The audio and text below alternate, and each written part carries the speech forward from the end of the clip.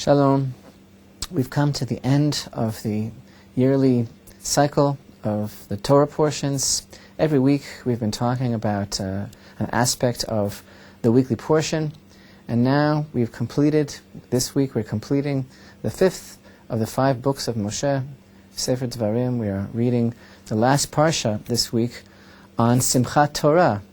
Simchat Torah, the festival of the rejoicing of Torah, is the time when we read the very last portion of the Torah, and the same day we begin reading first section of the Parsha of Beresheit, the first section of the book of Genesis, and thus the cycle continues, and we get this idea of the continuity, the cycle of the Torah that never changes. We find ourselves every week in the Parshiot. They never grow old, they never grow stale. We find ourselves anew in the circumstances surrounding our lives and the very stuff of our existence. We find allusions and sometimes very clear references to what we're feeling, to what we're experiencing every single week in the Torah portion. So it's been a very exciting ride all throughout the year as we've been studying the Torah portions, and every year we try to go deeper and deeper and uncover yet a new level of meaning that we haven't seen before. And the experience every year is more and more enriching. This is certainly our goal. And the past few Parshiot, as Moshe, our master, has been preparing to take his leave of his beloved people of Israel, they have a certain ethereal quality to them. These Parshiot, they feel somehow otherworldly. This tremendous imagery of Moshe giving his parting blessings and his words of rebuke and praise to the children of Israel, and they are so laden with messianic tension and with the portent of what lies in the future.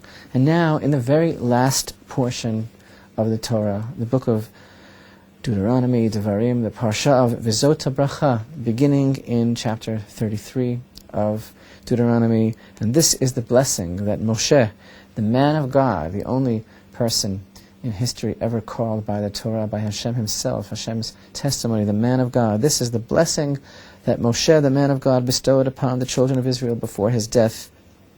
And he speaks to every one of the tribes of Israel according to the inner nature and essence and calling and destiny of that tribe. And he brings the whole thing together on a very beautiful level of some magnificent tapestry containing visions of past, present, and future for the children of Israel. And at the end of this parsha, we take our leave of Moshe. And it seems like a very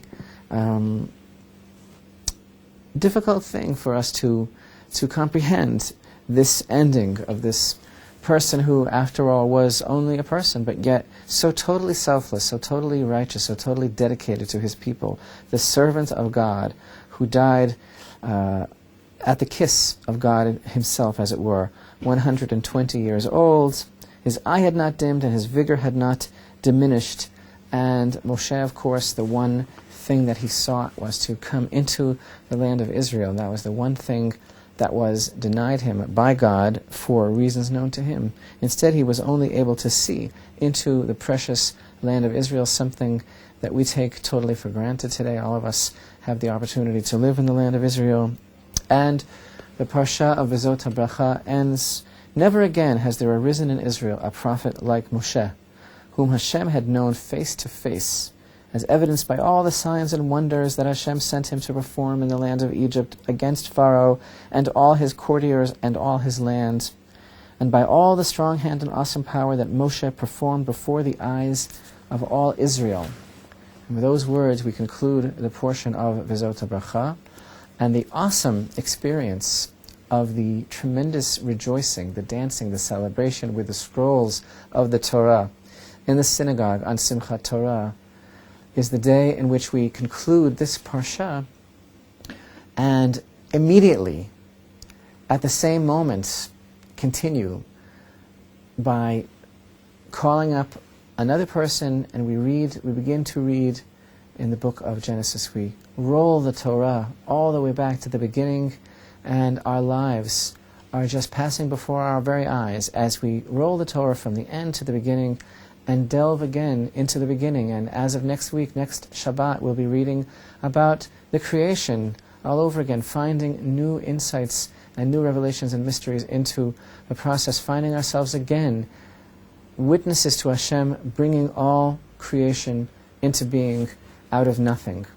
And the Torah ends here, but begins at the same moment. And this is one of the things that we emphasize by beginning to read from Parashat Beresheit, from the beginning of the portion of Genesis, immediately as we conclude Deuteronomy. There is no seam. It is totally seamless. Our experience with Hashem in this world is totally seamless, and the Torah is one continuous process. And it ends here with the words, before the eyes of all Israel, in Hebrew, Le'enei Kol Yisrael. And then immediately we begin reading Parashat Beresheit. The first word in the Torah, Beresheit, in the beginning, begins with the letter Bet. And if you will connect the end of the Torah to the beginning of the Torah, which in fact is what we do and which is what our goal is, we find a word is formed by the last letter of the Torah and the first letter of the Torah. The last letter of the Torah here in Parashat Habracha being the Lamed of Le'enei Kol Yisrael, in front of the eyes of all of Israel, and the first word of the Torah, Beresheit, the first letter being Bet. And the word that's formed is Lev, heart.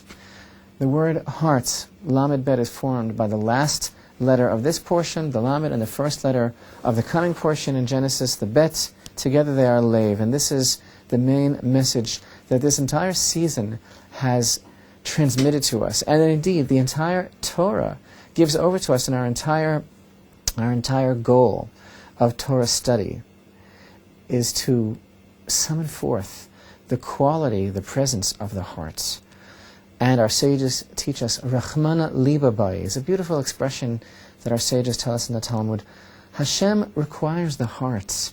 This is what He wants. We also need our intellect, we also need logic, but Hashem requires the heart. And this is a message which is superimposed onto the very Torah itself as we connect the end to the beginning, because there is no end and there is no beginning, and we begin the cycle all over again this week on Simchat Torah, the festival of the rejoicing of Torah.